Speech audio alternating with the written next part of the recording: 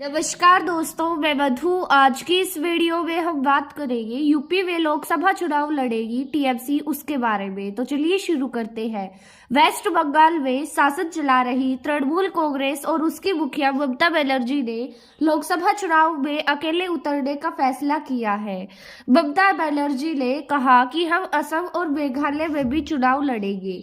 उत्तर प्रदेश में एक लोकसभा सीट पर चुनाव लड़ने के लिए समाजवादी पार्टी के अखिलेश यादव से बातचीत कर रहे हैं।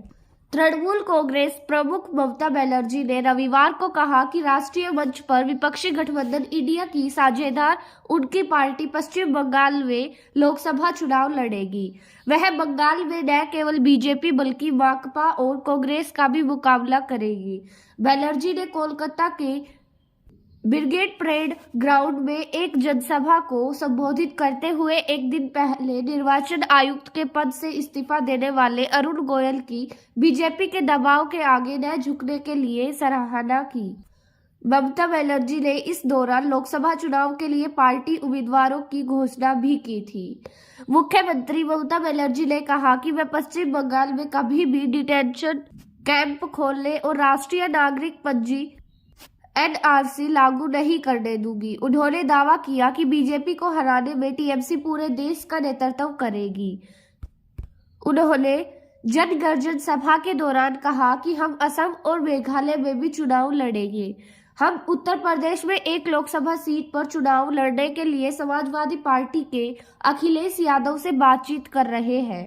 जनवरी में ममता बनर्जी ने सीट बंटवारे समझौते पर बातचीत करने के कांग्रेस नेतृत्व के प्रयासों को खारिज करते हुए घोषणा की थी कि उनकी पार्टी पश्चिम बंगाल में अकेले लोकसभा चुनाव लड़ेगी।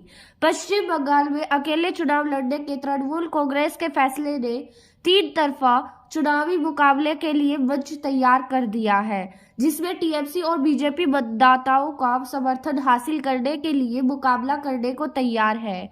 तीसरे दावेदार के रूप में कांग्रेस वाम गठबंधन टीएमसी और बीजेपी दोनों के वोट प्रभावित करने की क्षमता रखता है, खासकर अल्पसंख्यक बहुल क्षेत्रों और कम अंतर वाले निर्वाचन क्षेत्रों में। ममता बनर्जी ने गोयल के अचानक इस्तीफे को चुनाव में हेरफेर करने की बीजेपी की कोशिश का सबूत बताया।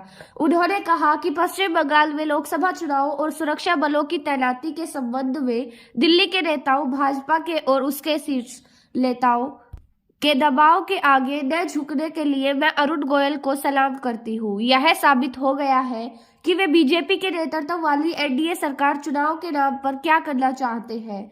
वे वोट लूटना चाहते हैं। निर्वाचन आयुक्त अरुण गोयल ने 2024 के लोकसभा चुनाव के कार्यक्रम की अपेक्षित घोषणा से कुछ दिन पहले शनिवार को इस्तीफा दे दिया। गोयल का कार्यक्रम 5 दिसंबर 2027 तक था और अगले साल फरवरी में मौजूदा मुख्य निर्वाचन आयुक्त सीईसी राजीव कुमार के सेवानिवृत्त होने के बाद वह सीईसी बन जाते।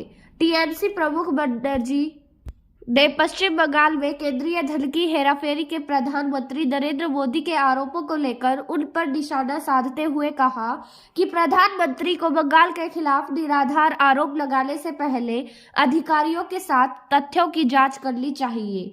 उन्होंने कहा कि हमने कोष में मकानों का निर्माण कराया है, वह केवल बंगाल में परियोजनाओं का उद्घाटन कर रहे हैं, लेकिन राज्य के लिए धन जारी नहीं कर रहे हैं।